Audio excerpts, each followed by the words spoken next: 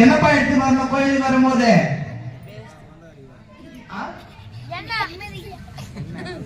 யாவர்க்குமாம் இறைவனுக்கு ஒரு பச்சிலை, யாவர்க்குமாம் இறைவனுக்கு ஒரு பச்சிலை. இறைவனுக்கு ஏதாவது ஒரு பச்சை இலையை கொண்டு வந்து இறைவன் திருமுடி ஊதி சாத்தணும்.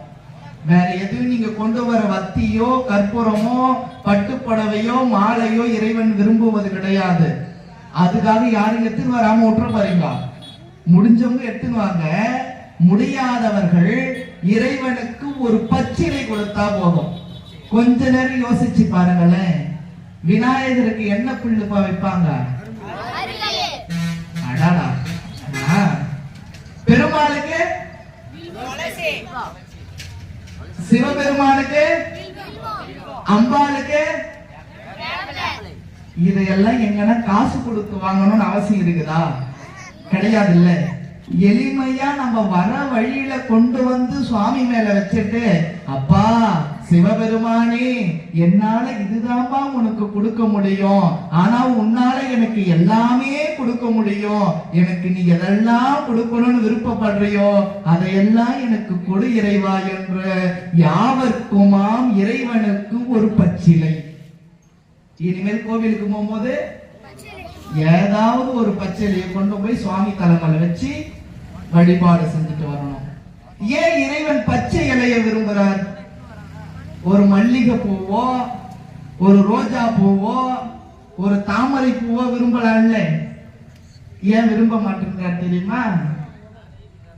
எங்க ஊர்ல ஒரு அம்மா, அவங்களுக்கு ஒரே ஒரு பையன், ஒரே பையனாச்சே, ரொம்ப பாசமா வளர்த்தாங்க. வளர்த்தவங்க அந்த பையனும் அந்த அம்மா மேல ரொம்ப அன்பு. அம்மா எது சொன்னாலும் சரின்னு சொல்லி கேட்பான். உங்களை மாதிரியே, டேய் ராஜா கடைக்கு போய் வாடா, சரிம்மா இதோ போயிட்டு வரம்மா.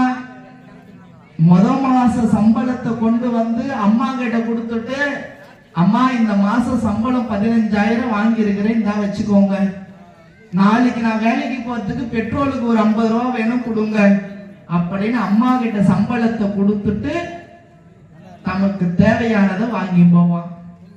பையனுக்கு ஒரு 25 வயசாச்சு. 25 வயசான என்னப்பா பண்ணுவாங்க?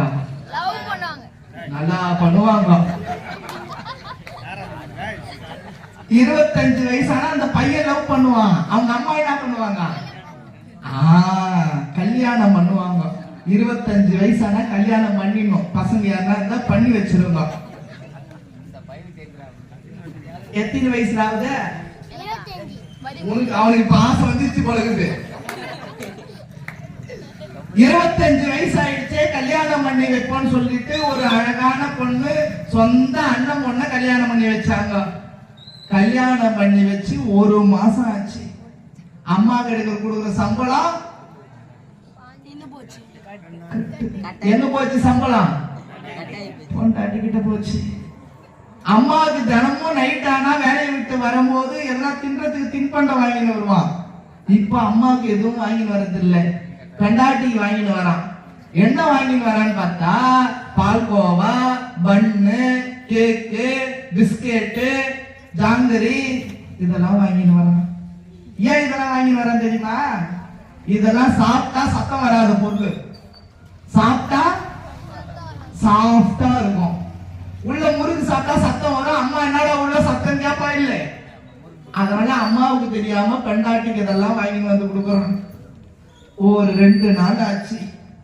அம்மா பார்த்தா, டே ராஜா, எப்பா ஏழுமலை என்னன்னு தெரிடா கண்ணா, காலையில இருந்து வயிறு வலிக்குதுராப்பா, இங்க வாடா ராஜா, இதோ பக்கத்துல இருக்கிற கடையில போய் ஒரு சோடா வாங்கின்னு வந்து கொடுறான் அப்படின்னா அம்மா, போமா போமா போமா, எப்ப பாரு ஏதாவது சாப்பிட வேண்டியது, வயிறு வலிக்குது, தலை வலிக்குது, கால் வலிக்குது, நீ என் தலை வலிக்குதுமா, சும்மா இருமா அப்படின்னா அம்மா பார்த்தா, என்னடா கேட்ட, என்னடா கேட்டுட்டேன் நானு, ஒரு சோடா தானடா கேட்டேன், வயிறு வலிக்குது தானே கேட்டேன், நான் என்னத்தடா தின்னு போடுறேன், எனக்கு வயிறு வலிக்கிறதுக்கு, இன்னைக்கு விநாயகர் சதுர்த்தியா இருக்குவே, காலையில காட்டி நம்ம தெருவில் இருக்கிற சுண்டல் கொடுத்தாங்க, பொங்க சாதம் கொடுத்தாங்க, சாப்பிட்டேன். சாப்பிட்ட கையோட வீட்டுக்கு வந்தா மருமக இட்லி சுட்டு இருக்கிற சாப்பிடுறியான்னு கேட்டா சாப்பிட்டேன். சாப்பிட்டு வாசப்பேட்டில உட்கார்ந்தோடனே எதிர் வீட்டுல உங்க சித்தி பொங்கல் சுமந்து செஞ்சு இருக்கிற சாப்பிடுறியான்னு கேட்டா சாப்பிட்டேன். கை கழுவிட்டு வெளியே வந்து உட்கார்ந்தோடனே பக்கத்துல இருக்கிற பெரியம்மா நேத்து வச்ச கார குழம்பு மீந்து போச்சு சாப்பிடுறியான்னு கேட்டா கொஞ்சம் போட்டு சாப்பிட்டேன். இதுக்கு மேல நான் என்னத்தடா சாப்பிட்டேன்? யாராதா என்ன ஒரு சோடா வாங்கி வந்து கொடுக்க மாட்டேன் பாவி போடான்னு விட்டா. மதியம் ஒரு 3 மணி ஆச்சு. பண்டாட்டி பார்த்தா மாமா கிடு கிடு கிடு கிடு கிடு கிடுன்னு ஓடி போய் பக்கத்துல நிக்கிறான். தங்கம், பட்டு, ராஜா, கண்ணு, அம்மு, என்னடா அம்மா, என்னடி பட்டு, கூப்பிட்டியா கூப்பிட்டியா சொல்லுடா, சுலோச்சனா சொல்லுடா அம்மு, சொல்லு என்னடா அம்மா சொல்லு அப்படி என்ன.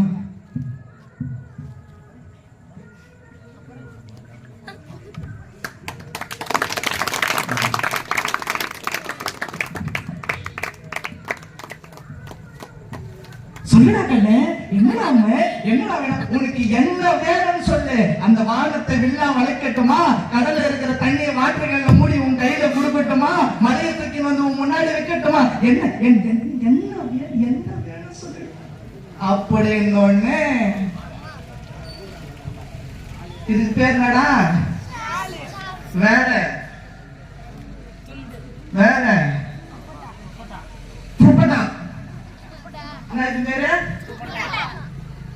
அவ என்ன பண்ண, மாமா மாமா ஒண்ணு இல்ல,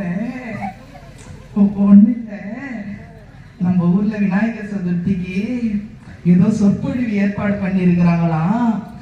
திருவண்ணாமலையில இருந்து ரமேஷ்னு ஒரு ஐயா ஒருத்தர் வராராம். நல்லா சிரிக்க சிரிக்க சிரிக்க கதை சொல்லுவாராம். பார்க்க அழகா வேற இருப்பாரா. நான் என்னடா அழகா இல்லையா? அவ்வளவுதான் பாத்துக்கோ. பார்க்க அழகா வேற இருப்பாரா, சிரிக்க சிரிக்க கதை சொல்லுவாரா. எதிர் வீட்டுல இருக்கிற அக்கா, பக்கத்து வீட்டுல இருக்கிற அக்கா எல்லாம் சொற்பொழிவு கேட்கலான்னு போங்கிறாங்க மாமா. நானும் போலான்னு இருக்கிறேன் மாமா அப்படின்னு. தங்கம், என்னடி பட்டு, என்ன வேணும் சொல்றி? ஒண்ணு இல்ல மாமா, எனக்கு ஒரு 1/2 முழம் மல்லிப்பூ வாங்கின்னு வந்து கொடுன்னா. தங்கம், இதுக்கா இவ்வளவு நேரம் பேசுன? நம்ம ஊர் ஆற்காட்டுல வாங்கினா நல்லா இருக்காது. கண்டாச்சிபுரம் பஸ் ஸ்டாண்ட்ல நல்லா ஃப்ரெஷ்ஷா இருக்கும். இதோ போறான்னு ஏறி சைக்கிளை மிடிச்சு கிட்டு கிட்டு கிட்டு கிட்டுன்னு ஓடாம பாருங்க. ஒரு 2 கிலோமீட்டர் தள்ளி சைக்கிள் டப்புன்னு வச்சுச்சு.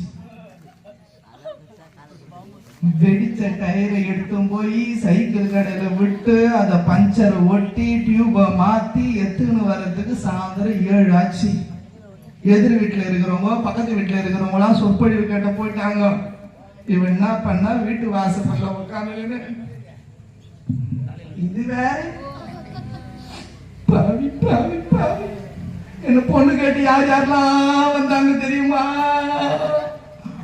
போய் இந்த என்ன கட்டி வச்சாங்களே, ஒரு 1/2 முழம் மல்லிப்பூக்குனா வைக்கலாம போயிட்டனா.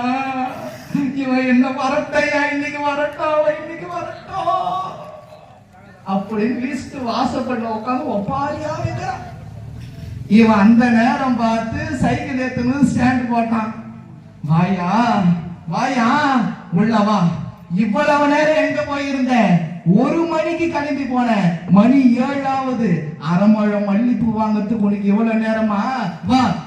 வான்னு உள்ள கூட்டி போய் தலைமுடிய பிடிச்சி கோவை சாதலா வடிவேல அடிக்கிற கட்டியா அடிக்கிற தும் தும் தும் தும் தும்னு. உனக்குலாம் என்னையா வெக்கமான சூடு சொன்ன எதனா இருக்குதா? உங்க அம்மா உனக்கு ஒண்ணு கூட சொல்லி தரலையா? 1/2 முழம் மல்லிப்பூ வாங்க, நீங்க ஒரு 2 ரோஜா பூ வாங்கின்னு வரத்துக்கு உனக்கு வக்கு இருக்குதா? வாங்கின்னு வந்திருந்தா அந்த யாரும் கட்டி இருக்கிறாங்களே அது மாதிரி 2 பக்கம் 2 வச்சு நான் பாட்டு போயிருப்பேனே. இதெல்லாம் உங்க அம்மா சொல்லி தரலையான்னு திட்டுறான். காலையில அம்மா வயிறு வலிக்குதுன்னும் போது சோடா வாங்கின்னு வந்து கொடுக்க மாட்டேன்னு சொன்னானே, சாயந்தரம் கண்டாட்டி மல்லிப்பூ கேட்ட உடனே வாங்கின்னு வந்து குத்து அடியும் சேர்த்து வாங்கணும். இந்த ஊர்ல இருக்கிறவங்க இல்லை, எங்க ஊர் பக்கம் இங்க இருக்கிறவங்களாம் நல்லவங்க. யாருன்னா கோச்சிக்கு போறீங்க? அப்படி மல்லிப்பூவையோ ரோஜா பூவையோ தாமரை பூவையோ வாங்கும் போது நமக்கு மனைவியுடைய ஞாபகம் வரலாம். ஆனா வில்வத்தழையோ துளசியோ அருகம்பள்ளையோ இதை எடுக்கும் போது நமக்கு யாருடைய ஞாபகம் வரும்? அதனாலதான் நம்முடைய வழிபாட்டில் யாவர்க்குமாம் இறைவனுக்கு ஒரு பச்சிலை. இனிமேல் கோவிலுக்கு போகும்போது என்ன எடுத்து போவீங்க ராஜா? பசுமையான இலையை கொண்டு சென்ற இறைவனுடைய திருமுடியில் வைத்தால் உங்களுடைய வாழ்க்கையும் பசுமையாக மாறும்.